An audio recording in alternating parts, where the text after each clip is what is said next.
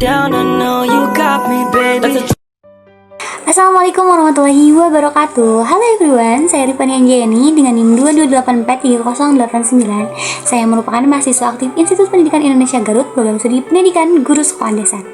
Pada kesempatan kali ini, saya akan mereview buku yang telah saya baca, yang mana buku itu berjudul Guru dalam Tantangan Globalisasi yang ditulis oleh Dr. Insinyur Agustinus Hermino, MPD. Ini juga merupakan salah satu tugas dari mata kuliah literasi di sekolah dasar dengan dosen pengampu Bapak Widi Sukmanugraha, MPD. Buku ini terdiri dari 11 bab, yang mana saya akan mereview dari bab 1. Bab 1 ini terdiri dari pengertian dan juga unsur-unsur pendidikan. Yang pertama, mengenai pengertian pendidikan. Apa sih pendidikan itu? Nah, buku ini menjelaskan bahwa pendidikan adalah kata kunci dalam setiap usaha untuk meningkatkan kualitas kehidupan, yang mana di dalamnya terdapat peran dan juga tujuan untuk memanusiakan manusia. Pendidikan juga pada hakikatnya adalah proses pematangan hidup. Nah, melalui proses ini diharapkan manusia mampu menjalankan tugas hidup dan kehidupan serta mengerti apa dari arti kehidupan dan arti hidup tersebut. Oleh karena itu, fokus pendidikan ini diartikan pada pembentukan kepribadian unggul dalam menitik beratkan pada proses pematangan kualitas logika, hati, akhlak, dan juga keimanan. Nah, puncak pendidikan adalah tercapainya titik kesempurnaan kualitas hidup. Dalam pendidikan dasar, pendidikan adalah proses menjadi, yang mana menjadikan seseorang ini menjadi dirinya sendiri yang tumbuh sejalan dengan bakat, watak, kemampuan, dan hati yang tumbuh sejalan dengan nuraninya secara utuh. Nah, pendidikan ini tidak dimaksudkan bahwa setiap orang yang berpendidikan itu harus sama seperti gurunya, tetapi proses pendidikan ini diarahkan pada proses berfungsinya semua potensi peserta didik secara manusiawi agar mereka menjadi dirinya sendiri yang mempunyai kemampuan dan kepribadian yang unggul. Di Indonesia, pendidikan merupakan hak dan kewajiban bagi seluruh warga negara.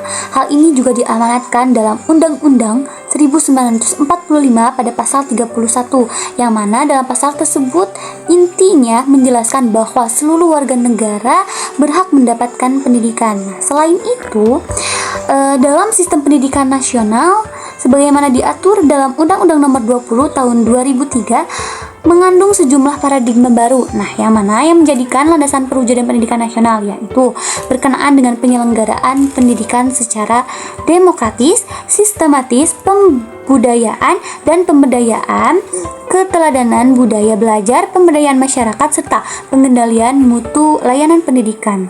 Nah, banyak lagi pasal-pasal yang menjelaskan mengenai hak dan kewajiban warga negara untuk berpendidikan.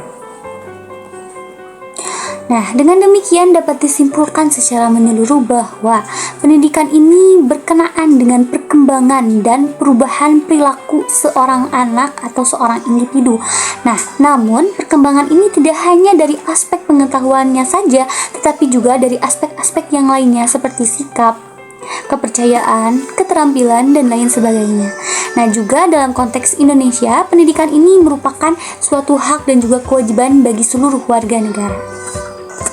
Nah, adapun makna dari pendidikan. Nah, buku ini menjelaskan terdapat 4 makna pendidikan.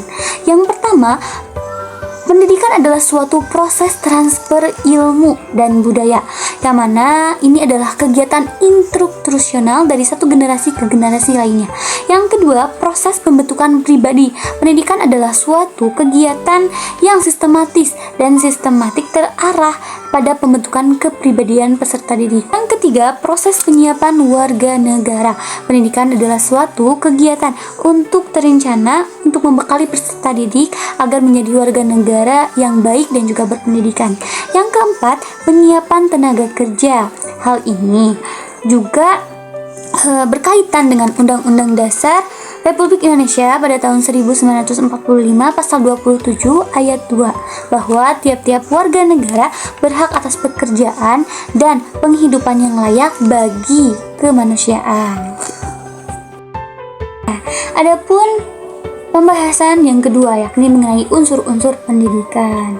Nah, kualitas proses pendidikan dapat dilihat dari dua aspek, yakni aspek kualitas komponen dan juga aspek kualitas pengelolaan. Nah, kedua aspek ini saling bergantung dan juga saling berkaitan. Nah, walaupun komponen-komponennya cukup baik seperti tersedianya sarana dan prasarana serta biaya yang cukup, namun bila tidak ditunjang dengan pengelolaan yang andal, maka pencapaian tujuan tidak akan tercapai secara optimal.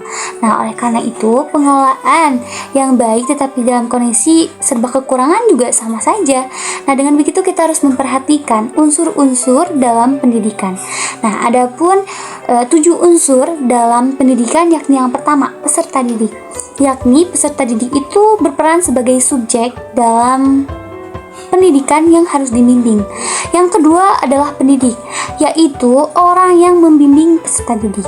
Yang ketiga, interaksi edukatif, yaitu interaksi antara peserta didik dan juga pendidik. Yang keempat, tujuan pendidikan, yaitu ke arah mana bimbingan pendidikan ini akan dibawa. Yang kelima, materi pendidikan, yaitu pengaruh yang akan diberikan dalam bimbingan. Yang keenam, metode dan teknik, yaitu cara yang digunakan dalam bimbingan. Yang ketujuh adalah lingkungan pendidikan, yaitu tempat bimbingan berlangsung. Nah, masing-masing dari unsur pendidikan ini harus dipenuhi satu sama lain agar proses pendidikan terjadi dengan baik dan tujuan pendidikan juga akan tercapai. Nah, baik, mungkin itu saja teman-teman yang dapat saya review dari bab 1 buku ini.